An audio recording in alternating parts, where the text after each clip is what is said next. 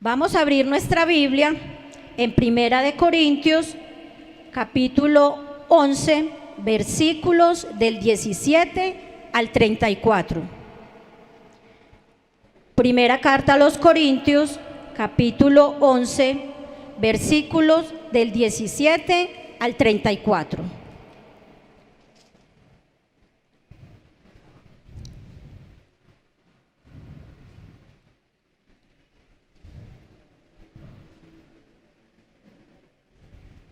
¿Estamos listos?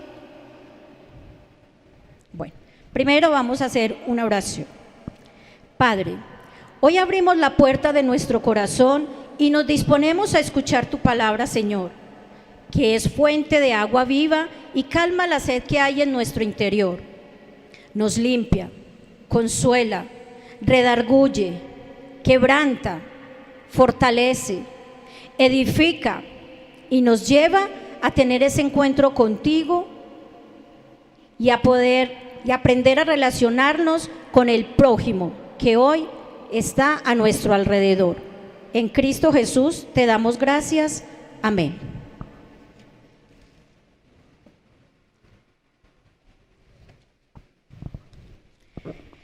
Leemos para escuchar la voz de Dios.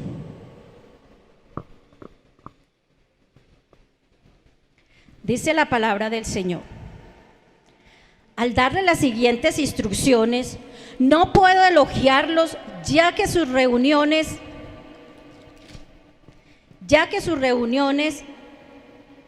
traen más perjuicio que beneficio. En primer lugar, oigo decir que cuando se reúnen como iglesia hay divisiones entre ustedes. Y hasta cierto punto lo creo. Sin duda, tiene que haber grupos sectarios entre ustedes para que se demuestre quiénes cuentan con la aprobación de Dios. De hecho, cuando se reúnen ya no es para comer la cena del Señor, porque cada uno se adelanta a comer su propia cena, de manera que unos quedan con hambre, mientras que otros se emborrachan. ¿Acaso no tienen casas donde comer y beber? ¿O es que menosprecian a la iglesia de Dios y quieren avergonzar a los que no tienen nada? ¿Qué les diré? ¿Voy a elogiarlos por esto? Claro que no. Yo recibí del Señor lo mismo que les transmití a ustedes, que el Señor Jesús, la noche en que fue traicionado, tomó pan y después de dar gracias, lo partió y dijo: este es mi cuerpo que por ustedes entrego, hagan esto en memoria de mí. De la misma manera, después de cenar, tomó la copa y dijo: esta copa es el nuevo pacto en mi sangre. Hagan esto cada vez que beban de ella en memoria de mí. Porque cada vez que comen este pan y beben de esta copa, proclaman la muerte del Señor hasta que Él vuelva. Por tanto, cualquiera que coma el pan o beba la copa del Señor de manera indigna, será culpable de pecar contra el cuerpo y la sangre del Señor. Así que cada uno debe examinarse a sí mismo antes de comer el pan y beber la copa. Porque el que come y bebe sin discernir el cuerpo, come y bebe su propia condena.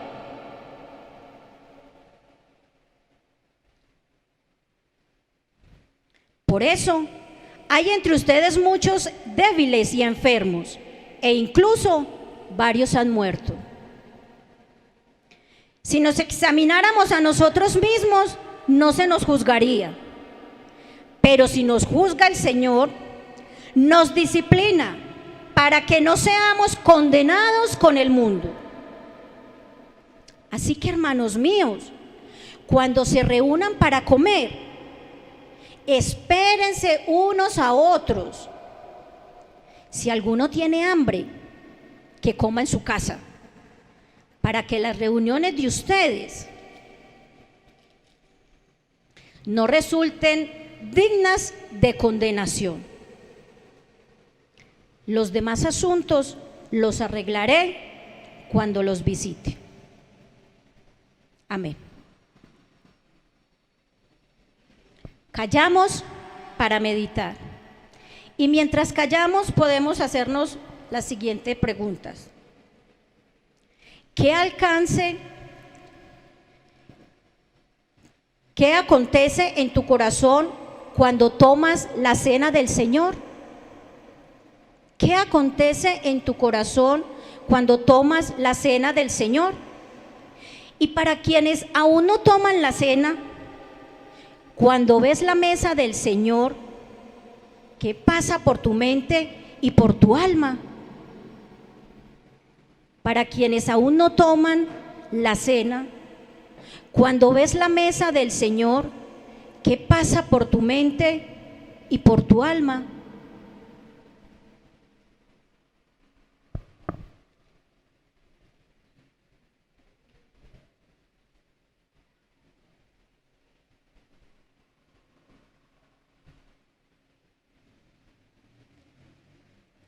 Oramos para responder. Padre bueno, gracias por tu palabra que nos invita a reflexionar de cuál es nuestro comportamiento al reunirnos a recibir la cena del Señor, a la cual no le damos el verdadero sentido de adoración. No es para llenar nuestro cuerpo, sino para recordarnos que tu cuerpo fue partido por nosotros y tu sangre derramada como ese nuevo pacto. Perdónanos porque muchas veces lo hemos tomado tan a la ligera que nos olvidamos que cada que comemos este pan y bebemos este vino, proclamamos tu muerte hasta que vuelvas. Ayúdanos a examinarnos a sí mismos antes de participar de tu mesa, discernir tu propósito y dejar que nuestro corazón sea transformado al venir y en comunidad participar del pan y el vino. Y así, al estar reunidos en pos de ti, Señor, no seamos dignos de condenación. En el nombre de Jesús, amén. A continuación tenemos la exposición de la palabra del Señor. Encuentros en la mesa, por nuestro pastor Edison Ramírez. Buenas tardes, familia, ¿cómo están? Bendecidos. Gracias, Santi. Gracias a los hermanos de la alabanza por habernos dirigido en ese himno tan precioso. Gracias también a Lidia, Diana, Alex, por servirnos la mesa como lo hizo Jesús aquel jueves que hoy conmemoramos. De las muchas cosas que se pueden decir del jueves, el día antes de la crucifixión de Cristo, la que más subrayamos en nuestra liturgia cristiana es la mesa del Señor. De ahí que hoy conmemoremos el acontecimiento bajo esta premisa: encuentros en la mesa sagrada. Una de las cosas que más disfruto de una casa, es la mesa del comedor. Cuando usted me invite a su casa, no me haga sentar en la sala, lléveme al comedor. Apartamento o casa que no tenga comedor no me simpatiza. Si en su casa no hay comedor, ni me llamo.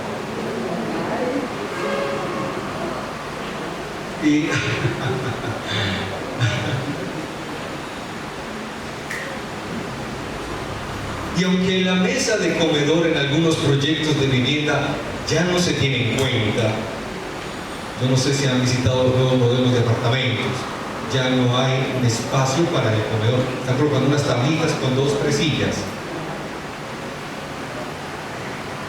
La mesa de comedor en algunos proyectos de vivienda ya no se tiene en cuenta por diversas razones. Sospecho que en la mayoría de nuestras viviendas existe un espacio para la mesa, espacio que nosotros llamamos el comedor, y en efecto lo usamos para comer. Lo digo porque las nuevas costumbres familiares ya no coinciden en la mesa para ingerir los alimentos. Cada quien está comiendo por su lado. Para los que somos de la vieja guardia, para quienes todavía nos sentamos en una mesa del comedor, encontramos en la mesa lo que alimenta el cuerpo, como también encontramos lo que alimenta el alma y le da razones para vivir. En la mesa sonreímos y lloramos. En la mesa discutimos y jugamos. En la mesa aprendemos y cantamos. En la mesa contamos historias e ilusiones. En la mesa gritamos y callamos. En la mesa recordamos y nos atrevemos a planear un poco el futuro. En la mesa invocamos a Dios y en ella Dios se manifiesta al ser humano. Fue en una mesa que Jesús comió por última vez y comió en conmemoración de un ritual sagrado, la Pascua. A Jesús, dentro de los relatos bíblicos, lo vemos comiendo en el monte y en la casa de sus amigos o de quienes lo invitaban a posar, en la playa o en el camino, pero esta vez en una mesa, seguramente no como las nuestras, pero mesa al fin y al cabo. En tanto comían, invocando, recordando, conmemorando, dramatizando lo sagrado, Jesús en esa noche experimentó una auténtica, particular y única nostalgia por sus 12 discípulos. Y en esa nostalgia les dijo: he tenido muchísimos deseos de comer esta Pascua con ustedes antes de padecer. Pues les digo que no voy a volver a comerla hasta que tenga su pleno cumplimiento en el reino de Dios. Quiero que usted subraye y somete las palabras antes de padecer. Jesús, en tanto compartió la mesa con los discípulos, estuvo abierto a abrir su alma, valga la pena redundar, como se abre un libro y dejarse ver desde dentro lo que sufría, lo que desde dentro le estaba gestando una angustia indescriptible. Ese momento era sagrado. Estaban celebrando la Pascua, un ritual santo que consiste en comer cordero asado al fuego con hierbas amargas, pan sin levadura y un poco de vino. Con esa cena, los judíos conmemoraban, y algunos todavía lo hacen, su salida de Egipto. Celebraban que Dios los hizo libres. Pero Jesús experimentó en su alma la contradicción. Mientras celebraban la libertad que Dios le concedió cuando los sacó de la esclavitud egipcia, Jesús esa misma noche sería arrestado como un vil malhechor, llevado a prisión, torturado por los romanos. Él vino. Jesús lo sabía y entendía que su pasión, la cruz, la muerte serían el nuevo éxodo de Dios al mundo entero. Aún así, el corazón de Jesús no dejaba de latir en clave de angustia.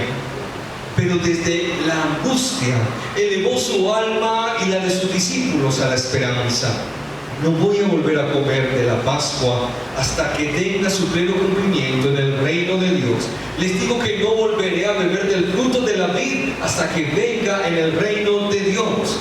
Y yo quiero que usted subraye en su corazón la expresión hasta que venga en el reino de Dios. Porque San Pablo, interpretando el acontecimiento, leía ahorita de Anita: la muerte del Señor anuncian hasta que Él vuelva. Es una expresión con la cual Jesús se proyectó al futuro de Dios. Aquel futuro que Dios nos ha preparado de manera sorprendente, porque dice cosas que ojo no vio, ni oído ha escuchado, ni siquiera han logrado llegar a la imaginación del hombre, son las que Dios ha preparado. Esa noche de jueves sería la última vez que Dios, humanizado en Cristo, asumía en su digestión los emblemas del dolor, del sufrimiento, de la esclavitud, y con el sabor amargo de las hierbas sobre la carne y el sabor insípido de un pan sin levadura, iría a la cruz para hacer posible los imposibles: el perdón de nuestros pecados, la salvación de nuestras almas, la redención de nuestras vidas, la adopción celestial, la vida abundante, la vida eterna. después de contemplar con la imaginación el futuro de Dios, hasta que venga en el reino de Dios, Jesús acudió al símbolo para guiar a los discípulos a una comprensión profunda de su entrega y su sacrificio. San Pablo dice: yo pues recibí del Señor lo que les he enseñado. La noche que Jesús fue entregado, dio gracias, tomó el pan, lo partió y dijo: esto es mi cuerpo. Tomó la copa de vino y dijo: este es el nuevo pacto en mi sangre que es derramada por ustedes. Pan y vino, símbolos del cuerpo y de la sangre de Jesús crucificado. ¿Cómo así que símbolo? El símbolo es la imagen visible de una idea o concepto. Es la identidad palpable o visible de algo que no es tangible, o por lo menos que no es tan fácil de comprender. El símbolo nos representa el cuerpo lacerado de Cristo y su sangre derramada en el Calvario. Llevarlo a nuestro paladar nos sumerge en el misterio de intentar saborear el costo de nuestra salvación. Cuerpo partido en el pan, sangre derramada en el vino, no solo nos lleva a un intento de saborear el costo de nuestra salvación, además nos lleva al intento de alimentarnos de Dios. La Santa Cena nos recuerda que somos satisfechos en Cristo. Él sacia nuestra hambre con su pan y sacia nuestra sed con su sangre. Estas van construyendo las razones por las cuales pienso que no tomar la cena es más grave que tomarla con algunas acusaciones de conciencia. Me explico. La expresión tomar la cena de manera indigna la hemos llevado al extremo moral. Es decir, asumimos que debemos llevar una vida perfecta a la luz del Evangelio para poder ser dignos de la mesa sagrada. Ojalá pudiéramos llegar a ese nivel de perfección, pero eso solo acontecerá cuando Cristo vuelva. La verdad es que la perfección cristiana es un don que todavía no se nos ha concedido. Esperamos, insisto, en que esa maravilla nos acontezca en la venida de Cristo. Y en tanto vamos avanzando, dando tumbos entre tropiezos y caídas, tomar la cena de manera indigna, escúcheme bien, tomar la cena de manera indigna es venir a ella sin tener comunión con nuestro hermano en Cristo. Es venir a ella enemistado con mi hermano en Cristo. Por eso San Pablo dijo: si alguien tiene hambre, pues que coma en su casa, porque lo que están haciendo en la iglesia es vergonzoso. La cena del Señor, hermanos míos, era todo un festín, no era solamente pan y vino. Eso tenía carne, tenía arepa, eso tenía una cosa extraordinaria. Pero resulta que las mejores porciones de la mesa se la estaban llevando los ricos, y los hermanos humildes le estaban dejando el pegadito de la olla. Y San Pablo dijo: eso es vergonzoso lo que está pasando en la iglesia, más bien que cada uno coma en su casa. Vamos a dejar los símbolos, pan y vino, no más, porque lo que ustedes están haciendo es indigno de la mesa de Jesús. Venir a la mesa de manera indigna es venir sin tener comunión en la fe con los santos, es decir, apartados de la iglesia. A mí me preocupan mucho los hermanos que dejaron de congregarse y no tienen excusa, porque usted sí los ve haciendo otras diligencias en la calle, saliendo donde hay mayores aglomeraciones que en la iglesia, comprometiendo la salud de manera más terrible de lo que pueda comprometer con el distanciamiento preventivo que tenemos aquí en la iglesia. Y están usando una falsa prevención de salud como un pretexto preocupante para dejar de tener comunión con los santos. El problema de dejar de asistir a la iglesia es que cada vez nos va a hacer menos falta, al punto en que vamos a considerar de que ya no es necesario ir a la iglesia. Y el problema es, y ojo que esto puede ser una estrategia del Satán, confundir la iglesia con YouTube. El Señor envía la bendición y la vida eterna donde los hermanos están juntos. YouTube es una herramienta en pro del Evangelio en este momento y otras plataformas. Gloria a Dios por eso, pero nunca van a sustituir que somos un cuerpo en Cristo y que eso exige presencialidad.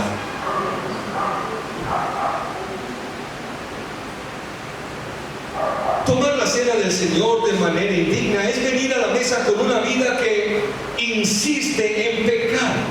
Escuche bien, insiste, no abandona los adulterios, las mentiras, las rencillas, el chisme. Escuche bien, no abandona.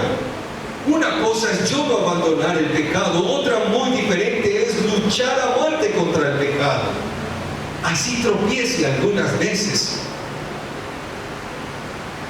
El que insiste en pecar y viene a la mesa, la está tomando de manera indigna, pero el que lucha contra el pecado, así tropiece en él, cuando viene a la mesa, no es indigno de la mesa. ¿Me hice entender con lo que estoy diciendo? Jesús, después del símbolo, quiero que usted piense en esto, le dio a su traidor del sacramento. Judas tomó la cena con el Señor, Dios mismo se la dio. Y no para tentarlo a comer la cena de manera indigna, se la dio porque para porque para Judas también era el sacrificio en la cruz del Calvario. Así Judas rechazaba el sacrificio de su amor. Cuando Jesús le dio del pan y del vino a Judas, no era una cascarita que Dios le puso, fue una muestra compasiva de su inmenso amor. Y este episodio nos debe animar a considerar un poco más profundo lo que la Biblia quiere decir con tomar la cena indignamente. Y no digo estas cosas para ponerle a usted cascarita también, las digo porque deseo que en la mesa sagrada usted también encuentre el amor de Dios. Al principio les dije que uno en la mesa discute. Note que San Pablo regaña a la iglesia en Corinto por los conflictos que habían en la mesa sagrada. Pero no solo le pasó a la iglesia en Corinto, le pasó inclusive a la mesa de Jesús. Una vez Jesús le recordó que para él se avecinaba la cruz. Los discípulos comenzaron a discutir sentados alrededor de la mesa sagrada y en presencia del santo, ¿quién de ellos iba a ser el mayor de los 12 apóstoles? Aquella última santa cena de Jesús, justo cuando esa misma noche sería entregado y sentenciado a muerte de cruz, tuvo que contener en sus discípulos ese malvado apetito de ser superior a los demás. Imagínense por favor la emoción de Jesús sentado a la mesa, empezando a sentir angustia porque sabe lo que le espera esa misma noche, y los discípulos discutiendo delante de él quién va a ocupar esa vacante, en vez de acompañarlo en su angustia porque va a morir.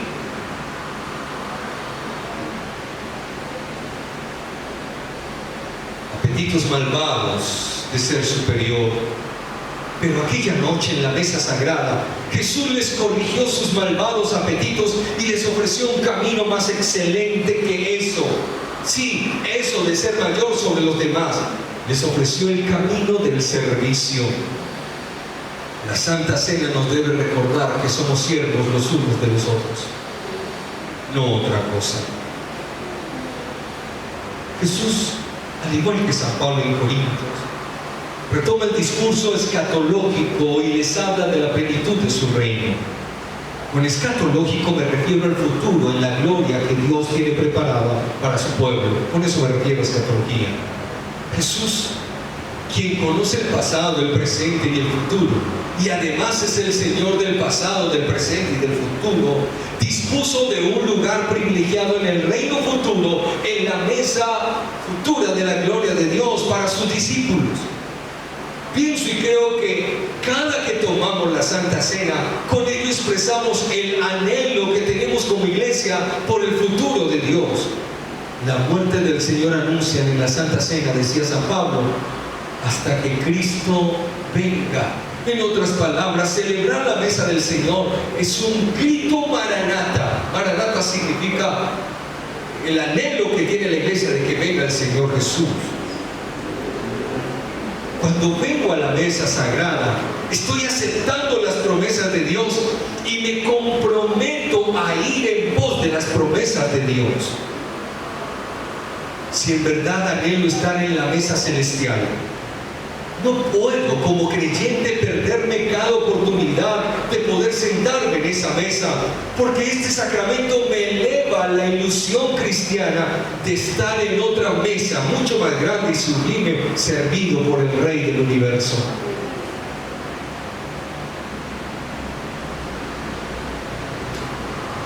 Finalmente les diré que la mesa sagrada es evidencia de un apetito por la justicia de Dios. La muerte del Señor anuncia hasta que Él vuelva. Y en clave de Santa Cena, en clave escatológica, hasta que Él vuelva, lo que esperamos en el futuro de Dios es la justicia. Justicia significa poner en orden. Jesús prometió que en la mesa sagrada, en el reino futuro del Mesías, los discípulos se sentarían con Él en una mesa para juzgar a Israel, es decir, para poner nuevamente todo en orden, en el orden de Dios. Además, justicia también significa esperanza. Me explico. De Dios se espera que el hombre llegue a estar en orden consigo mismo, con sus iguales y con la creación entera. Eso es esperanza. De Dios se espera que el hombre llegue a estar en orden consigo mismo, con sus iguales y con la creación entera. Esto se propone Dios en el juicio que anunció, que prometió sobre la mesa sagrada, y eso puede significar lo que San Pablo dijo, hasta que Él vuelva. En este orden de ideas, cuando tomamos la Santa Cena, los cristianos manifestamos el anhelo que tenemos por el juicio de Dios.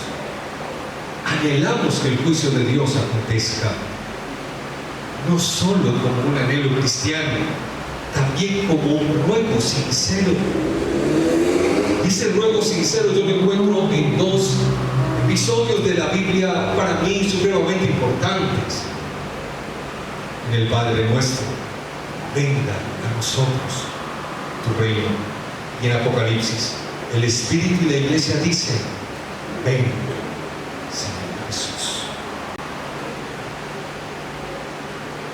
La mesa sagrada es un drama donde todos nosotros somos actores y actrices invitados a participar en este escenario llamado mundo, a vivir el libreto del reino de Dios y así identificarnos en esta realidad como la comunidad que vive con Cristo, que celebra a Cristo, que manifiesta a Cristo, que proclama a Cristo y que espera la manifestación gloriosa de Cristo. Amén. Incline su rostro, por favor.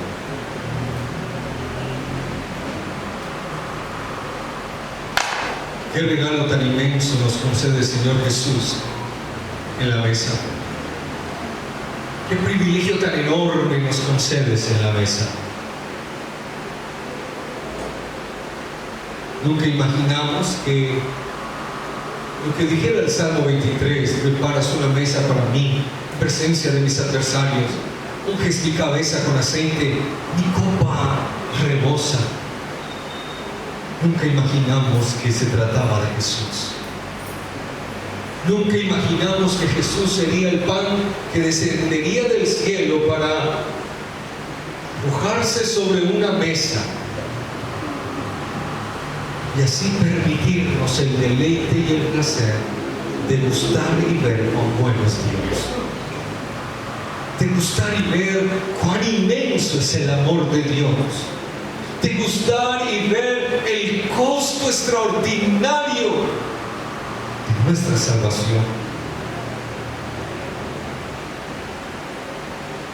Y nunca imaginamos que una mesa conservaría por siglos la memoria de lo que hizo Dios, de esa obra maravillosa en la persona de Cristo, para entregarse por amor a todos nosotros. Gracias, Dios, por darnos a Jesús en pan y vino. Y gracias porque esa dádiva se nos vuelve a anhelo de esa manifestación gloriosa cuando vuelvan las nubes del cielo y todo ojo de la tierra lo pueda contemplar. Y en esa manifestación gloriosa volvernos a sentar a la mesa, acompañados por el Rey de los siglos, disfrutando de las delicias de la eternidad en tu gloria. Que este mensaje y drama sencillo de esta tarde toque el corazón de las personas que nos acompañan hoy, y que en ellos irrumpa un apetito y una sed de Dios. Que lo sencillo que compartimos hoy sea profundo en cada corazón, y tú puedes llevar estas palabras a la profundidad del alma humana, tocarla y convencerla de pecado, justicia y juicio, para que abran sus corazones a Cristo, puedan disfrutar de su mesa y ser salvos. Que estos amigos que nos visitan hoy, la fuerza de tu Espíritu los abrace y los cobije, los toque y los salve, para la gloria de tu nombre. Amén. Amén. Dios les bendiga. Amado, les escucho.